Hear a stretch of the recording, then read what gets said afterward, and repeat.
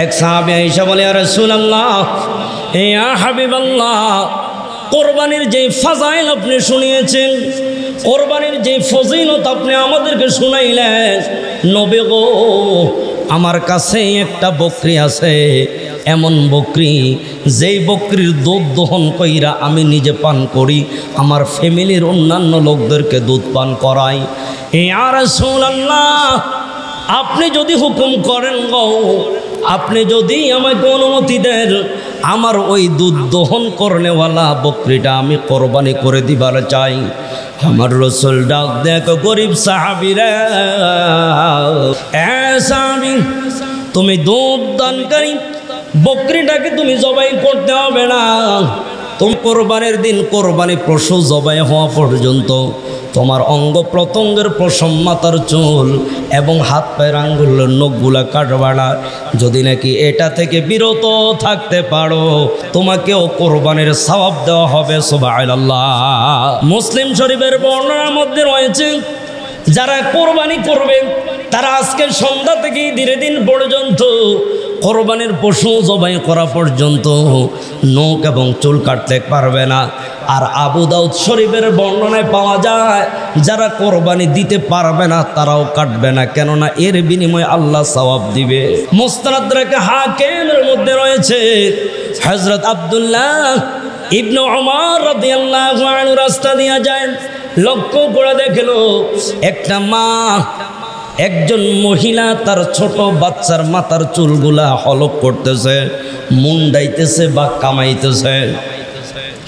আব্দুল্লাহ ইবনে উমর বললেন, হ্যাঁ মা, তুমি যে তোমার সন্তানের নাবালিগ সন্তানটার মাথার চুলগুলা কামিয়ে দিচ্ছ, ভালো কথা, কিন্তু তার চাইতে উত্তম হইতো যদি তুমি ঈদের দিন কোরবানি করার পরে কাটতা, তাহলে বেশি ভালো হইতো।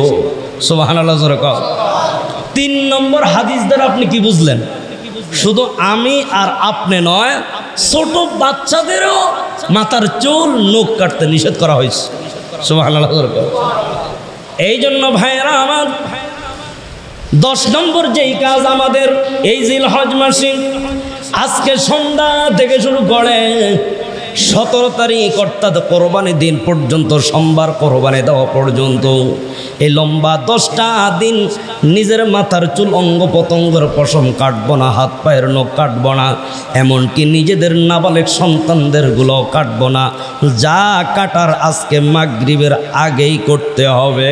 আল্লাহ রাব্বুল আলামিন বলছে, ওয়ালায়ালিন আশর, 10 রাত্রির কসম। এই 10 রাত্রি দ্বারা আল্লাহ তাআলা কোন রাত্রিগুলো বুঝিয়েছেন, অধিকাংশ মুফাসসিরিন কেরামের মতে সেটা হলো জিলহজ মাসের প্রথম 10 দিনের কথা বোঝানো হয়েছে। 1445 হিজরি সনের জিলহজ মাসের 1 তারিখ আজকে মাগরিব থেকে গণনা শুরু হবে। এই 10টা দিনের ফজিলত সম্পর্কে বেদাতি বলেন, আহলে হক বলেন, আহলে হাদিস বলেন, শিয়া বলেন, যা আছে সকলেই একমত, এই 10 দিনের দাম আল্লাহর কাছে অনেক অনেক গুণ বেশি। শবে বরাতের কথা বুখারীতে নেই, শবে বরাতের কথা সিহাসিতার সব কিতাবে নেই, কিন্তু এই 10 রাত্রির কথা শুধু হাদিসে আছে এমন না, এই 10টা দিনের কথা স্বয়ং কোরআনে আল্লাহ পাক বলেছেন। এতটুকুই ক্ষান্ত না, সূরা ফজরটা আল্লাহ শুরুই করছেন জিলহজ মাসের 10 দিনকে শুরু কইরা। জোরে কর সুবহানাল্লাহ। প্রথমত জিলহজ মাসের 1 তারিখ থেকে 9 তারিখ পর্যন্ত 9টা রোজা রাখা। 10 তারিখেও রোজা রাখার কথা থাকতো যদি ঈদ না থাকতো। ঈদের দিন রোজা রাখা নাজায়েজ, নিষিদ্ধ, যেহেতু ওই দিন বান্দারা আল্লাহ পাকের মেহমান। এরপরে তো যারা কোরবানি করে এদের জন্য ঈদের দিনও রোজা আছে নাকি নাই? আছে। কতক্ষণ পর্যন্ত? যতক্ষণ পর্যন্ত কোরবানি করার পর নিজের গোশত রেডি না হয় ততক্ষণ পর্যন্ত রোজা রাখার নিয়ম। উচিত হইল নিজের কোরবানি পশুর গোশত দিয়া রোজা ভাঙ্গা। দ্বিতীয় নম্বর যে কাজ সেটা হলো সবসময় আল্লাহ পাকের জিকির করব, জিকির ফিকিরে থাকবো। সুবহানাল্লাহি ওয়া বিহামদিহি সুবহানাল্লাহিল আযীম। বুখারী শরীফের শেষ হাদিস। এই বাক্যটা যদিও ছোট, কিন্তু এটার ফজিলত বুখারীতে বর্ণনা করা হয়েছে যে এটা পড়তে সহজ, এটা এমনইভাবে জবানে হালকা, কিন্তু মিজানের পাল্লায় এই তাসবিহটা, এই জিকিরটা অনেক দামি। সেটা হলো সুবহানাল্লাহি ওয়া বিহামদিহি সুবহানাল্লাহিল আযীম। কোরআনুল কারীমের তেলাওয়াত বেশি বেশি পরিমাণে করা, সুবহানাল্লাহ, আলহামদুলিল্লাহ, আল্লাহু আকবার, লা ইলাহা ইল্লাল্লাহ, এগুলো জিকির বেশি বেশি পরিমাণে এই 10 দিন বেশি বেশি পরিমাণে করা। চতুর্থ নম্বর, তাকবীর বেশি বেশি পরিমাণে করা, বেশি বেশি দান সদকা করা, বেশি বেশি দান সদকা করা এই 10 দিনে। গরিব দুঃখীদের মধ্যে বিলিয়ে দেওয়া, নিজের আত্মীয় স্বজনের মধ্যে যারা গরিব আছে এদের জন্য রেখে দেওয়া। রাস্তাঘাটে যারা আপনাদের কাছে চায়, পারলে দিবেন, না পারলে ততটা গুরুত্ব না, কিন্তু বেশি গুরুত্ব হইল ওই ফকিরকে যেটা দিবেন তার চাইতে অভাবী যদি আপনার ফ্যামিলিতে কেউ থাকে, আত্মীয় স্বজনের মধ্যে বেশি থাকে, তার চাইতে বেশি হকদার হইল আপনার আত্মীয় স্বজন। এই জন্য রাস্তাঘাটের যে সমস্ত পেশাদার ভিক্ষুক আছে এদের চাইতে, পেশাদারদের চাইতে বেশি হকদার হইল আপনার আত্মীয় স্বজনের মধ্যে যারা গরিব আছে। 5 নম্বর যেটা করবেন সেটা হইল বেশি বেশি দোয়া করবেন।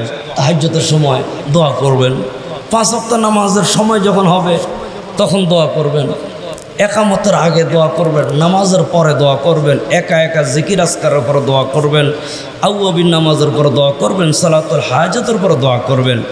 বেশি বেশি এই 10 দিনে দোয়া করলে অন্যান্য মাসের দিনগুলোতে যেই পরিমাণে কি হয় এমনইভাবে দোয়া কবুল হয়, এই 10 দিনে তার চেয়ে বেশি দোয়া কবুল হয়। এই জন্য যদি কোনো আরবি দোয়া না পারেন বাংলা পড়বেন, আর আরবি একটা দোয়া পড়বেন, রব্বানা আতিনা ফিদ দুনিয়া হাসানা ওয়া ফিল আখিরাতি হাসানা ওয়া কিনা আযাবান নার। এটা কোরআনের আয়াত।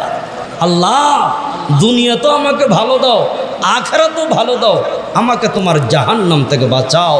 কত সুন্দর দোয়া, কত সুন্দর অর্থ। 6 নম্বর যেই কাজটা করবেন সেটা হলো নফল ইবাদত বেশি বেশি করা, নফল নামাজ বেশি বেশি পরিমাণে পড়ার চেষ্টা করা। 7 নম্বর যে কাজটা করবেন সেটা হইল তাওবা ইস্তেগফার বাড়ায় দিতে হবে। রব্বে কারীমের কাছে বেশি বেশি এই 10 দিনে তাওবা ইস্তেগফার করেন। আল্লাহ বলছেন ফাকুল তাস্তাগফিরু ইন্নাহু কানা গফফারা ইউরসিলিস সামা আলাইকুম মিদরারা। আল্লাহ বলছেন তুবু ইলাল্লাহ তাওবাতান নাসুহা, খাঁটি মনে তওবা করো। এই জন্য এই 10 দিনে বেশি বেশি তওবা করার দরকার আছে নাকি নাই? এর পরবর্তীতে 8 নম্বর যে কাজটা করবেন, যদি তৌফিক থাকে হজ উমরা করা। এই 10 দিনে কি করো বলেন? হজ উমরা করা, যদি নাকি তৌফিক থাকে। 9 নম্বর যে কাজটা করবেন সেটা হলো এই 10 দিনে যদি তৌফিক থাকে তাহলে জিলহজ মাসের 10 তারিখ, 11 তারিখ, 12 তারিখ এই 3 দিনের যে কোনো একদিন কোরবানি করা, যদি সামর্থ্য থাকে। সামর্থ্য না থাকলে কিছু সিস্টেম আল্লাহ পাক আমাদেরকে জানায় দিয়েছেন, বান্দারা কিভাবে সওয়াব পেতে পারে, বান্দারা কিভাবে নেকি পেতে পারে।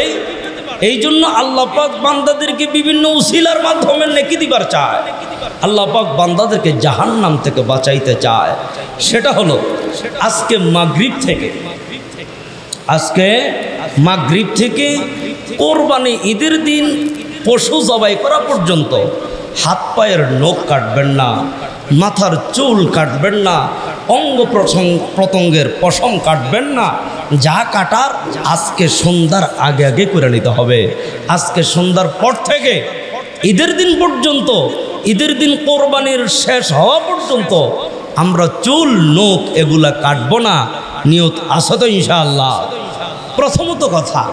প্রথমত মুসলিম শরীফের হাদিস, হযরত উম্মে সালমা রাদিয়াল্লাহু আনহা বলেন, আমি রসুলকে বলতে শুনেছি কোরবানি ঈদের দিন যারা নাকি কোরবানি করার ইচ্ছা পোষণ করে তারা যেন জিলহজের 1 তারিখ থেকে কোরবানি করা পর্যন্ত তাদের হাত পায়ের নখ, এমনইভাবে মাথার চুল, অঙ্গ প্রত্যঙ্গের পশম যেন না কাটে। এটা হইল যারা কোরবানি দেয় তাদের জন্য।